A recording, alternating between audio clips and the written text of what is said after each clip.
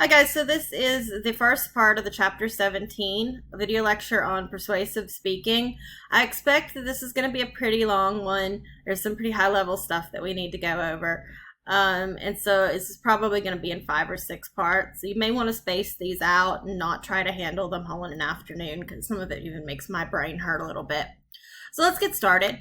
In some ways, persuasive speaking is one of the easier types of speaking and writing because you're probably already interested in the topic, you may already have an opinion, and you're really just trying to show the audience that your opinion is valid. You'll be more motivated often to write this or speak in this mode because you probably already feel passionate about it, and that can really help guide you. At the same time, it can be one of the hardest types of speaking and writing because effective persuasive speaking requires the use of rhetorical appeals, and we'll talk about what those are in a minute, and some fundamentals of logic. On that note, arguments should be well organized. Your speeches should anticipate the needs of your audience. And even though you may have an opinion, in some situations you may need to pretend to be objective, to present a counter argument that you might not really agree with in a way that seems like it's valid, and other things like that can be a little bit challenging. So we'll talk about some of these challenges today. So what are some of the goals for persuasive speaking? Well, the goal can be basically summed up in the proposition. Proposition is a declarative sentence that clearly indicates the position that you advocate. And for those who haven't had grammar in a while, a declarative statement is a statement of fact ending in a period. It's one of the main 4 types of sentences. The others are imperative, which is a command. Then you have a question, where you're asking a question, or a sentence that ends in an exclamation point that is heavily emotional. Well, a declarative sentence is a neutral statement of fact ending in a period.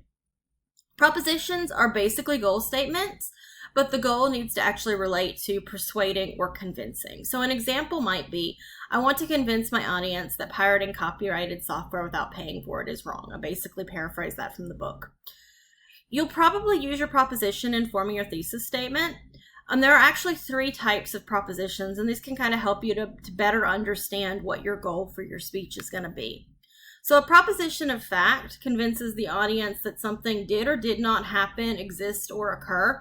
I've kind of used slashes to condense this down a bit.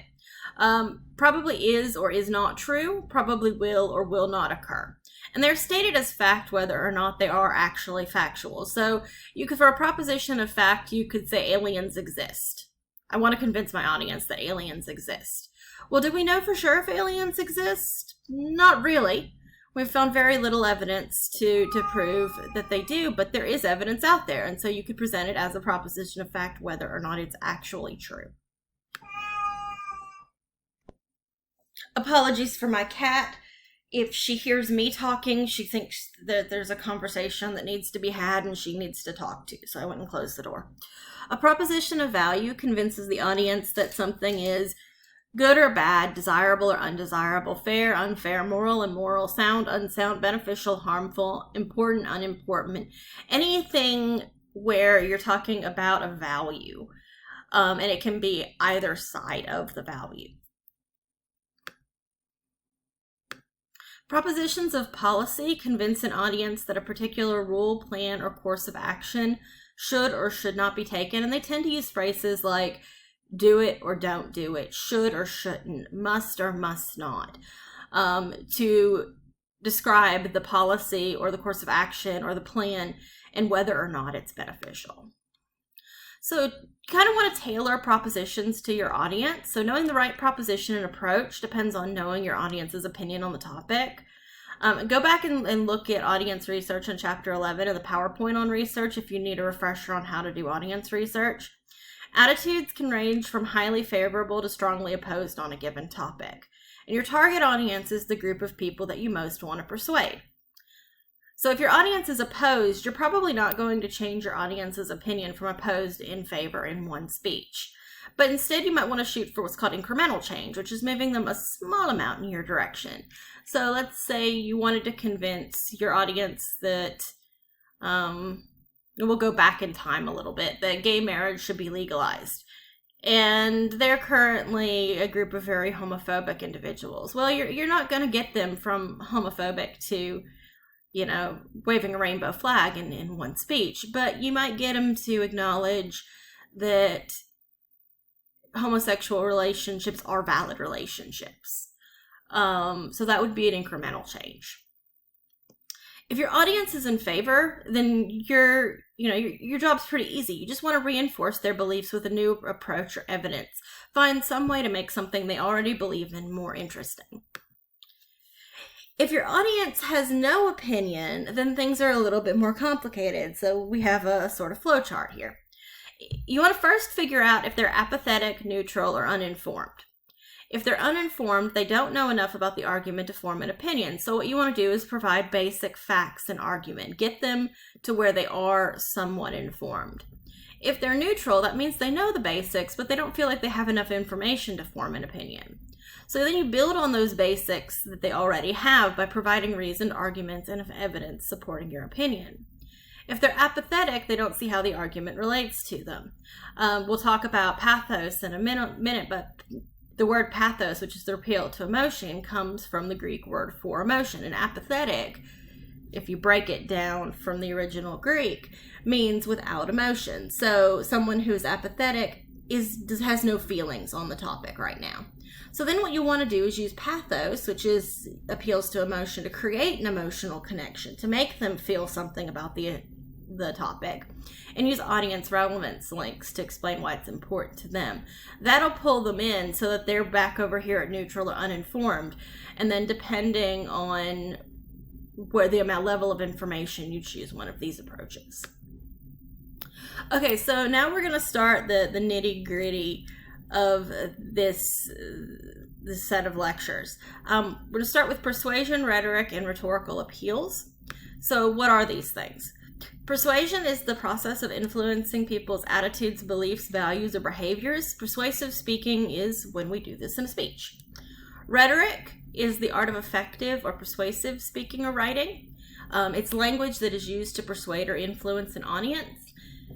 An argument, when we're talking about it in writing classes and speech classes, is articulating a position with the support of rhetorical appeals.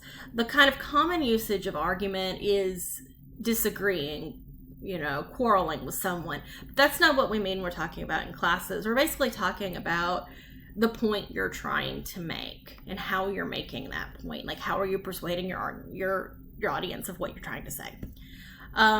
An argument can also be described as the main claim or purpose in a piece of paper or writing. So it's often the first part of your thesis statement.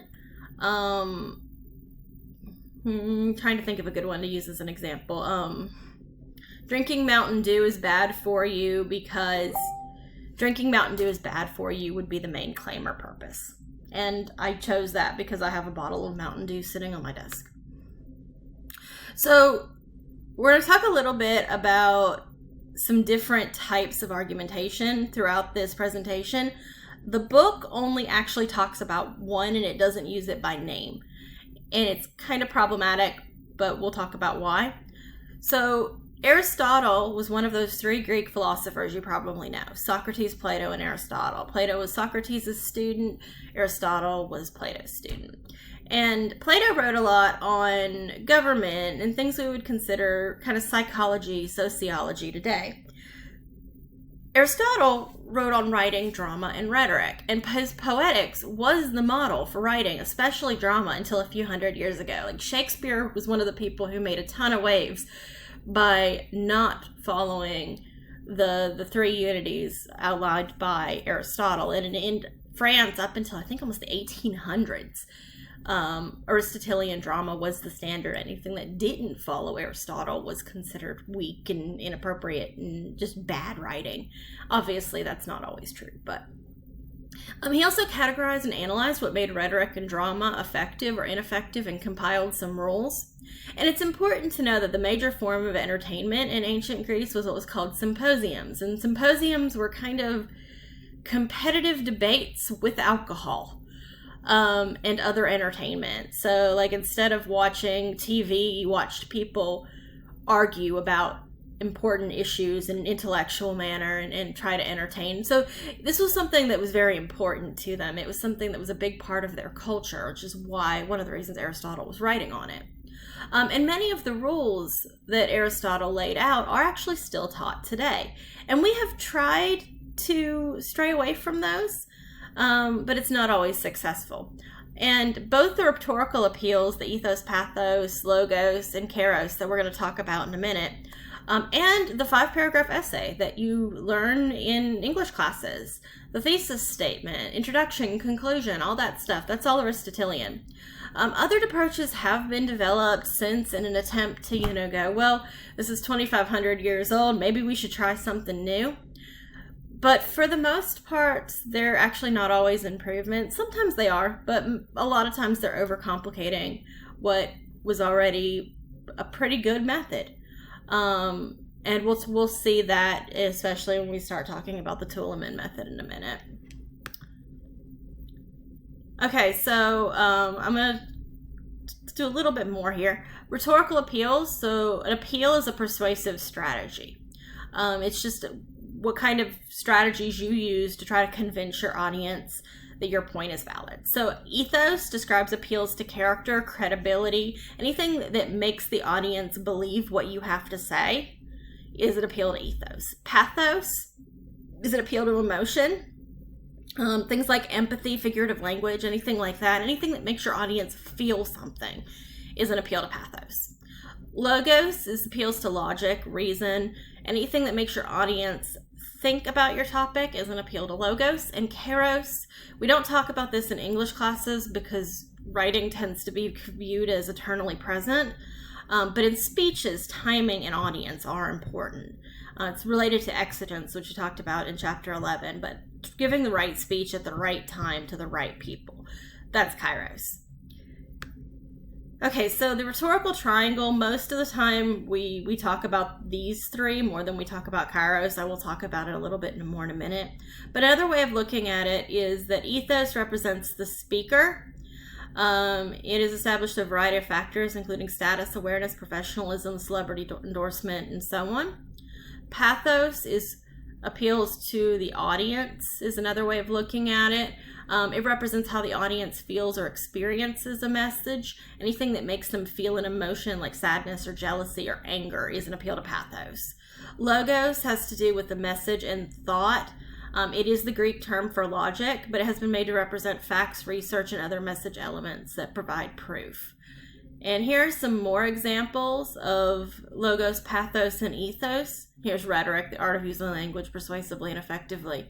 So logos appeals to the mind and the intellect, draws from philosophy and logic, things like facts, statistics, explanations of ideas. Pathos, again, appeals to heart emotion, spirituality, religion, stories, testimonials, personal anecdotes, imagery, visual words, anything that makes you feel emotion. Ethics is the ongoing establishment of a writer or speaker's authority and believability as he or she speaks or writes. It appeals to ethics and character. It's anything that makes the reader trust what the writer or speaker has to say and makes them believe it. So anything about qualifications, character, biographical information, credible sources, citations, experience and authority, appropriate language, anything like that, including even like non-verbal stuff like dress, will appeal to ethos. So I'm going to stop this here, and then we're going to jump in and we're going to talk about the first couple sets of appeals. So I'll be right back with the second part in just a minute.